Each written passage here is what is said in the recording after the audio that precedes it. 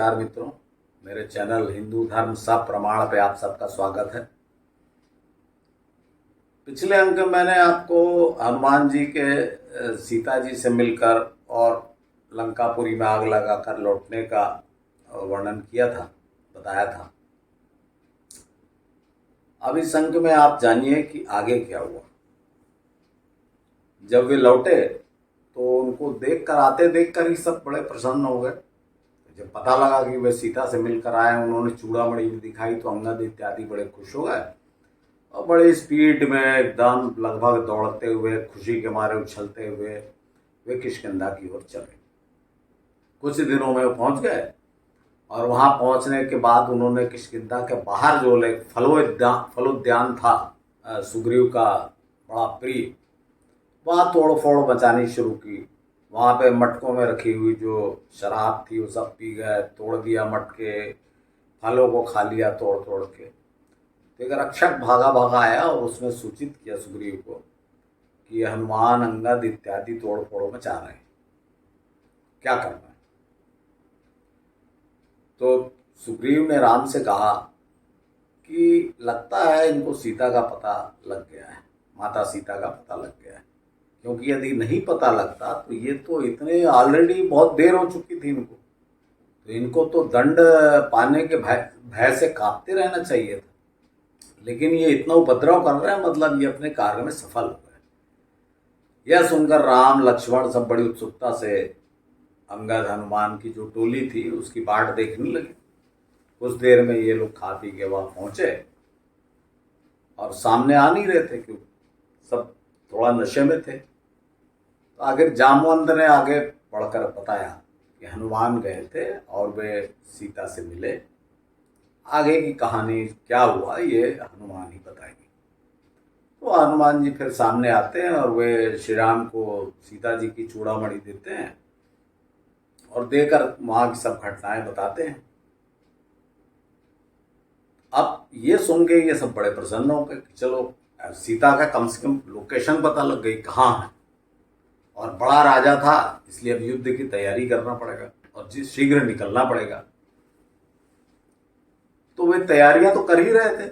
वर्षा ऋतु के महीने और ये जो वानरों को, टोलियों को भेजा था, इस बीच में जो 15 दिन लगे होंगे लौट के आने में, इस बीच में यहाँ तैयारियां चल रही थी। जो भी बांस से और जो पत्ते टहनियों से काट कर ये लक्ष्मण सब तैयारी करवा रहे थे, तीर धनुष बनाना, गदा बनाना, ये सब तैयारी कर रहे थे। तो इस बीच में अच्छा, यहाँ पर एक कंफ्यूजन है, मैं आपको बता दूं कि सुषेण जो वैद्य था, जिसका बार बार वर्णन आता है कि सुषेण ने जो लक्ष्मण को मूर्छा हुई थी इलाज किया था, सबका इलाज किया था, यह सुषेण वैद्य कौन था? वाल्मीकि रामायण के हिसाब से वो किष्किंधा का वैद्य था, राजवैद्य, और तारा उसकी ही पुत्री थी। जो बाली की पत्नी थी वो सुषेण की पुत्री थी। तो सुषेण वैद्य साथ में गया था, ऐसा लिखा है। लेकिन जब मैंने आपको यहाँ का बताया शुरू में, बिल्कुल एपिसोड के प्रारंभ में मैं आपको कौशल्या जी का गांव बताया था, चंद्रखुरी। चंद्रखुरी में भी एक जगह एक पत्थर है, वहीं पर उसी स्थान पर, और वहां भी लिखा हुआ है, यहाँ छत्तीसगढ़ के हिसाब, छत्तीसगढ़ी जो बोली होती है उसके हिसाब से सुखेन वैद्य लिखा हुआ है। तो खैर इसमें छोड़िए कि वो वैद्य यहीं से उन्होंने बुलवाया था या किष्किंधा से ही साथ में गया था, जो भी था। जब युद्ध की तैयारी होने लगी, निकलने की तैयारी होने लगी, कूच की तैयारी होने लगी, तो सुखेन वैद्य या सुषेण वैद्य से कहा गया कि भाई अब सब तुम भी जड़ी बूटियां रख लो। तो उसने कहा कि कुछ बहुत ही महत्वपूर्ण जड़ी बूटी मुझको चाहिए। देखिए मैं यहाँ थोड़ा सा आपको इसलिए चेंज कर रहा हूँ, उसमें चमत्कार के रूप में है, और अपन चमत्कार तो ले नहीं रहे हैं, अपन वास्तविकता ले रहे हैं कि अगर सुषेण वैद्य को किष्किंधा से या छत्तीसगढ़ से बुलाया गया था, दक्षिण कौशल से, तो वो तो किष्किंधा में ही पहले बता देगा कि भाई कौन सी जड़ी बूटी चाहिए। क्योंकि जब लक्ष्मण वहाँ सीरियस हो गए और तब वो बोलेगा अब लेके आओ फलानी जड़ी बूटी और हिमालय पे मिलती है, ये तो जम नहीं रहा है ना। तो इसको मैं इस तरह से सोचता हूँ कि हनुमान जी को उन्होंने सोचा कि भाई हम तो 10-15 दिन में समुद्र तट पे पहुंच जाएंगे और उसके बाद युद्ध होगा आगे अंदर चल के। तो इस बीच में हिमालय से इनकी जो वैदराज जो बता रहा है संजीवनी बट्टी, इसको लेकर इतनी शीघ्रता पूर्वक कौन आ सकता है। तो फिर से एक नाम आया हनुमान। जो आप लोग हनुमान जी की पूजा करते हो ना, संकट मोचन और ये वो करके, वो इसी यही सब कारण। पहले उन्होंने सीता का पता लगाया, पहले सुग्रीव से मिलवाया, मित्रता करवाई, फिर सीता का पता लगाया, फिर हिमालय जाके जड़ी बूटी लेके आए। तो देखिए ये रामायण का जो युद्ध है उसमें हनुमान जी का कितना महत्वपूर्ण रोल है, ये मैं आपको पहले ही बता चुका हूँ कि सिर्फ कहानी मत सुनिए, आप हर एक कैरेक्टर का इम्पोर्टेंस देखते चलिए। तो मेरे अनुसार हनुमान जी को वहीं से कह दिया गया। सुषेण वैद्य ने बताया किस टाइप की जड़ी बूटी क्या होगी, तो वो वहाँ चले गए।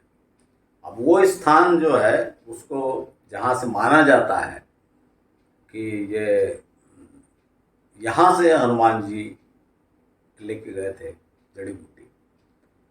बड़े आश्चर्य की बात है मित्रों कि वो पर्वत जिसे द्रोणगिरी कहा जाता है, वो जिस गांव में है उस गांव में हनुमान जी की पूजा नहीं होती। जब आप भी उस गांव में जाएंगे उस पर्वत को देखने, तो गांव वालों को आप हनुमान जी की फोटो मत दिखाइएगा, क्योंकि वे पसंद नहीं करते। उनका ये कहना था कि हनुमान जी वो इस पर्वत को बहुत पवित्र मानते हैं और उनका कहना है कि हनुमान जी इसको चोरी से रात को उखाड़ कर ले गए, तोड़ कर ले गए। खैर ये तो इसमें ज़्यादा डिस्कस करने कुछ नहीं है। मैं तो आपको बता रहा हूँ कि अगर आप इसको गप मानते हो, जो लोग मैथोलॉजी मानते हैं, तो देखिए ये वर्णन ये है कि हिमालय से जाके जड़ी बूटी लाए और हिमालय में ऐसा स्थान है। अब बताइए वो छोटा सा गांव, आप में से बहुत से लोग सुने भी नहीं होंगे कि भाई ऐसा गांव है जहाँ एक पर्वत है जहाँ से ले गए और ये टुकड़ा, और वहाँ के लोग आज भी हनुमान जी की पूजा नहीं करते, उनसे चिढ़ते हैं। उन्होंने उनके पवित्र पर्वत को तोड़ दिया, तोड़ के ले गए। तो अब यही सब सबूत तो हम देख रहे हैं ना कि ये कथा की सत्यता की जब हम जांच कर रहे हैं, तो यही सब जो लैंड पे सबूत है ये देख रहे हैं। तो इस प्रकार से क्या, ठीक है, हनुमान जी वहां चले गए और इनकी सेना, अंगद वगैरह बाकी लोग तो थे ही रास्ता दिखाने, सबके साथ में इनकी सेना, जो तथाकथित वानर और रीछों की सेना चली समुद्र तट की ओर। अब मैं आपको इसमें फिर से एक बात बता रहा हूँ जो समझने, बीच में रास्ते में वो है सब गाइडेंस देते चले राम और लक्ष्मण कि किसी अनजान जगह का पानी पीने के पहले कुछ टेस्ट कर लो, किसी पशु पक्षी को पीते हुए देखो कोई मरा तो नहीं पड़ा है, क्योंकि हो सकता है दुश्मन ने यहाँ जहर मिला दिया हो। ये सब इंस्ट्रक्शन थे। और एक साथ चलो, तेजी से चलो। राम लक्ष्मण चूंकि बहुत तेजी से नहीं चल सकते थे, वानरों के समान तेजी से नहीं चल सकते थे, इसलिए उनको अंगद ने और फिर एक और वर्णन है किसी का, वो दोनों ने कंधे पे बैठा लिया जिससे पूरी सेना की गति कम ना हो। इस प्रकार काफ़ी तीव्रता से कुछ दिनों में ये समुद्र तट पर पहुंच गए। पर कोई एक रास्ता तो है नहीं पक्का, रास्ता नहीं है पक्का, तो अब क्या क्या करें, क्या किया जा सकता है। कहीं दूसरी जगह पर तो वो पहुंचे तो समुद्र तट पे, लेकिन अब वर्तमान जो आज आपका रामेश्वरम है, रामेश्वरम से लगभग 20 किलोमीटर उत्तर में कोडिकोरई नामक एक गांव है। माना जाता है कि श्री राम अपनी सेना सहित वहां पहुंचे थे 20 किलोमीटर। और जब वे वहां पहुंचे तो उन्होंने देखा कि यहाँ समुद्र बहुत गहरा है, इसको तो पार नहीं किया जा सकता, तो क्या हो। तो जो आपने ये वर्णन देखा होगा ना रामचरितमानस में तो है ही, और आपने राम का वो देखा होगा चित्र कि वो तीर उठा के समुद्र को सोख डालूंगा, सब लिखा हुआ है। कहानी है, बड़ी सुंदर कहानी, कि जब उन्होंने समुद्र से कहा, 3 दिन पहले उन्होंने अनशन किया समुद्र के किनारे, प्रार्थना की कि समुद्र से कि भाई हमें रास्ता दो। जब समुद्र नहीं निकला तो वे क्रोधित हो गए और उन्होंने धनुष बाण संधान कर लिया कि अब सुखा दूंगा। तब समुद्र कांपता हुआ निकला और उसने बताया कि आप यहाँ पुल बना लें। ये कहानी। अब वास्तविकता क्या है कि कोडई कुरई जो है 20 किलोमीटर दूर है उस स्थान से जहां बाद में समुद्र बांधा गया, धनुषकोटि से। तो इसका अर्थ ये हुआ कि नल नील को साथ में लेकर राम ने 3 दिन तक समुद्र तट का सर्वे किया कि कौन सी ऐसी उचित जगह है जहां से समुद्र पार करके उस द्वीप पर जाया जा सकता है जहां लंकापुरी बसी हुई है। ये है सीधी सी बात। उसके बाद भी जब उनको वो स्थान नहीं मिला तो जो रामेश्वरम है उसके पास ही एक पहाड़ी है, वहाँ पे राम की सेना रुक गई, पूरी सेना। वहाँ पर आज भी आप जाएंगे, मंदिर है, राम पद मंदिर ऐसा कुछ उसका नाम है, रामनाथ स्वामी मंदिर ऐसा कुछ नाम है, रामनाथ स्वामी मंदिर। यहां पर क्या हुआ कि ये जब यहां सेना ने पड़ाव डाला तब यहां उनसे विभीषण आकर मिला, क्योंकि इस बीच में लंकापुरी में यह घटना घट चुकी थी कि विभीषण के बार बार समझाने से मेघनाथ क्रोधित हो गया। फिर रावण ने भी कहा कि तू तो घर का भेदी, यही हमको डिमोरलाइज कर रहा है, लड़ने के पहले ही शत्रुओं का पक्ष ले लेके हाँक रहा है। तो उसको भगा दिया था वहां से विभीषण को। और विभीषण भी अपने जो सब लोग ये जो रहते थे अपने सचिवों के जो मित्र भी रहते थे और उनके सचिव सलाहकार भी रहते थे, वो 3-4 सलाहकारों के साथ वो समुद्र पार करके इधर आ गया राम की तरफ, और कहाँ सेना ने पड़ाव डाला खोजते हुए राम से मिला। जब विभीषण वहां गया राम की सेना के पास तो हल्ला होने लगा। तो राम ने सुग्रीव से कहा कि देखो क्यों हल्ला हो रहा है, यहाँ क्या बात है। तो सुग्रीव पता करके आया और बोला कि 3-4 दैत्य यहाँ घूम रहे थे और हमारे आदमियों ने उनको रावण का जासूस समझ कर पकड़ लिया है। तो राम ने कहा उनको कि ठीक है, उनको मेरे पास लाओ, कौन है। तो लाया गया सबको। तो जब परिचय पूछा गया तो हाँ, इस बीच में आपको एक ही बता दूं कि इस बीच में हनुमान जी वहीं वो जो संजीवनी बूटी लेकर आकर उस स्थान पे मिले, हनुमान जी से रामेश्वरम के पास। और बड़े रामचंद्र जी प्रसन्न हो गए उनको देखकर, बड़ा अच्छा किया तुमने। उसके बाद ये विभीषण वाला घटना घटी। तो जब विभीषण को राम के पास लाया गया तो हनुमान तो देखते साथ पहचान गए क्योंकि वो तो मिल चुके थे। तो विभीषण ने अपनी आपबीती सुनाई कि मेरे भाई लंका के राजा रावण ने मुझको निकाल दिया है। मैंने समझाने की कोशिश की थी कि आपकी पत्नी को लौटा दे, लेकिन उसने मुझको ही निकाल दिया और मैं आपकी शरण में आया हूँ, ये ऐसा विभीषण ने कहा।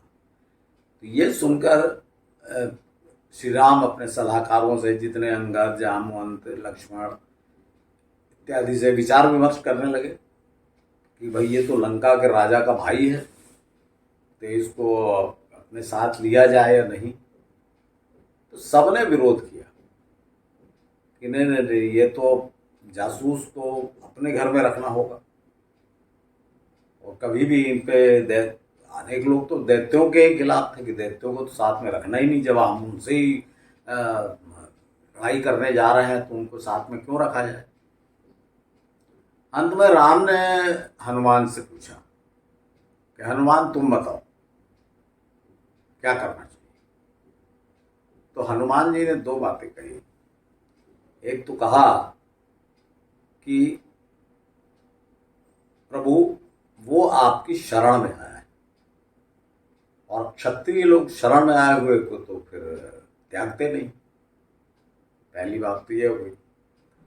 दूसरी बात, ये लंका के राजा का भाई है, इसको वहां के राजा का सैन्य बल, किलेबंदी, हर चीज विस्तार पूर्वक पता होगी। ये हमारे लिए बहुत ही लाभदायक है। तो इसको साथ में रखना बहुत लाभदायक होगा। श्री राम ने हनुमान की ये उचित बात तुरंत मान ली और कहा कि तुम सचमुच बहुत बुद्धिमान हो, और उन्होंने विभीषण को पास आने का संकेत किया। अब यहां फिर से आप राम की चतुराई देखिए। जैसे ही विभीषण पास आया तो हनुमान जी ने जो बात कही थी कि हमारे लिए बड़ा फायदेमंद होगा, उसको मजबूत आधार देने के लिए राम ने क्या किया? राम ने अविलंब लक्ष्मण को कहा कि समुद्र जल लाओ और विभीषण का लंकापति के पद पर अभिषेक करो। अब ये, इसको आप बिल्कुल ध्यानपूर्वक सोचिए, कितनी बड़ा राजनीतिक कदम था ये, कि अपनी शरण में आए हुए व्यक्ति को वे लंकापति के पद पर। अब बताइए, इसके बाद बताइए कि विभीषण के लिए क्या रह जाता है? वो तो तन मन धन से लग जाएगा राम के लिए। और आया भी था इसी कामना से, इसी उम्मीद में, नहीं तो राम की शरण में आए क्यों? इसी उम्मीद से आया था कि कल को रावण को मारेंगे तो मेरे को राजा बनाएंगे। श्री राम ने ये कन्फर्म कर दिया कि मैं तुमको अभी राजा बना देता हूं, बाद में क्या, अभी मेरी तरफ से तुम राजा हो, लंकापति हो। कितनी इस तरह की गूढ़ चालें जो है ना, आप धर्म के उससे बाहर निकलकर आप देखिए कि कितनी गूढ़ राजनीतिक चालें। आपने देखा था ना तरह तरह का, कि पहले वहाँ शिव मंदिर बनाया जहाँ पे मारा दैत्यों को, फिर यहाँ बाली को मारने के बाद अंगद को युवराज घोषित करवा दिया। उसके बाद यहाँ आए तो अब यहाँ देखिए विभीषण को अभिषेक करवा दिया लंकापति के पद पर, लंका के राजा के पद पर। ये सब कदम कदम पर देखिए राजनीति है, इसी को बोलते हैं राजनीति। उसके बाद उन्होंने, जब ये चर्चा चली तो उन्होंने विभीषण से पूछा कि भाई ये समुद्र कैसे पार जाएंगे और तुम कैसे आए? अब ये बात बहुत सोचने समझने की है। यहाँ पे जो बोलते हैं ना कि श्री राम ने पुल बनाया है, उसको देखिएगा। मैं इस बात को वर्णन आपको अगले एपिसोड पे विस्तृत विवरण करूंगा, ये राम सेतु का निर्माण। आशा है तब तक आप धैर्य रखेंगे मित्रों। धन्यवाद।